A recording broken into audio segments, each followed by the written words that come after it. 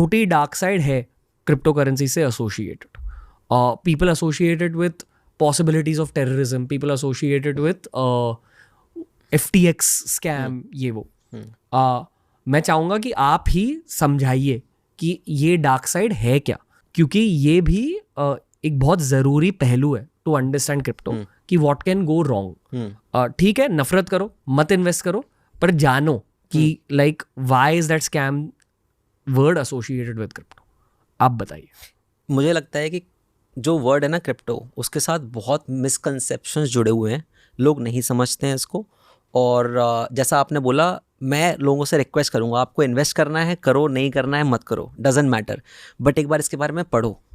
अगर ये चीज़ इंटरनेट को बदल सकती है, बेटर बना सकती है, तो आपको पता होना चाहिए. बिकॉज आप इंटरनेट में इतना टाइम स्पेंड करते हो, पता तो होना चाहिए कि ये है क्या चीज़, है ना. बिटकॉइन क्या है, कैसे चलता है, लोग क्यों वैल्यू करते हैं. अगर पिछले 15 सालों में बिटकॉइन आज इतनी प्राइस पे है या इतना बड़ा हो चुका है, गवर्नमेंट्स इन्वेस्ट करें, तो कुछ तो रीज़न होगा.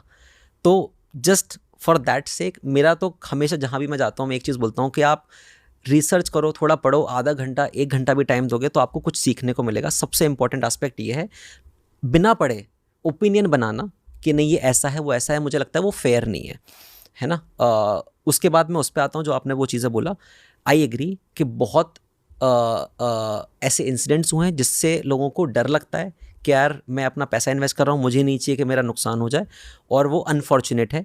पर ये भी है कि हिस्टोरिकली आप देखेंगे तो हर इंडस्ट्री में, हर डिसरप्टिव टेक्नोलॉजी में ऐसी चीज़ें हुई हैं पास्ट में.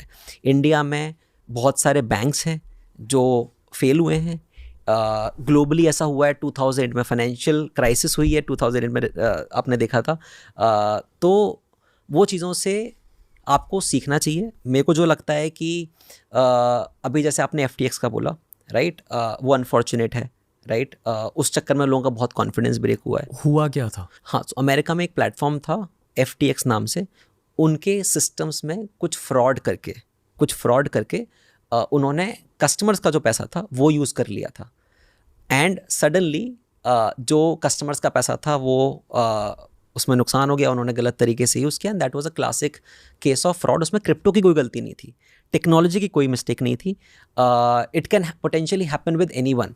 इट इज़ लाइक यार आपने किसी फाइनेंशियल इंस्टीट्यूशन में अपना पैसा दिया आपको 5% रिटर्न कमाने के लिए, बट उसने वो आपका पैसा कहीं और किसी को दे दिया और या कहीं यूज़ कर लिया जिसमें उसको नुकसान हो गया, तो आपके पैसे का नुकसान हो गया.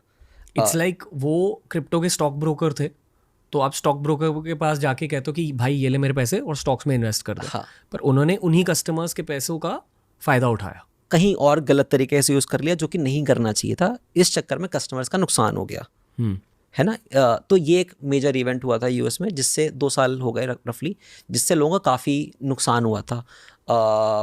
ये नहीं होना चाहिए. और मुझे लगता है कि इसका ये क्यों होता है, जब गवर्नमेंट रेगुलेट नहीं करती है किसी चीज़ को, जब उसको सुपरवाइज नहीं करती है, मॉनिटर नहीं करती है, रूल्स गाइडलाइंस क्लियर नहीं बनाती है.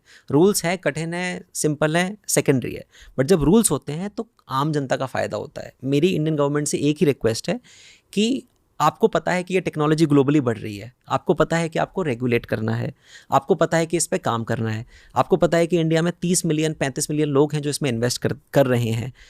तो इसको आप एटलीस्ट एक बेसिक गाइडलाइंस बना सकते हो, और इस पर काम चल भी रहा है. हम लोग भी रिप्रेजेंटेशंस देते रहते हैं.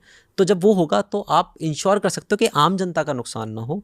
इंडिया में और ग्लोबली रेगुलेशंस एक बहुत बड़ा मुद्दा है जो चल रहा है, और हर टेक्नोलॉजी के साथ होता है. ऐसी बहुत सारी इंडस्ट्रीज़ हैं, कंपनीज हैं जहाँ पे रेगुलेशन आज नहीं है, बट चूंकि ये फाइनेंस से रिलेटेड है, यहाँ पे रेगुलेशन का महत्व थोड़ा ज़्यादा होता है, मेरा ये मानना है. अगर वो होगा तो ऐसी चीज़ें नहीं होंगी.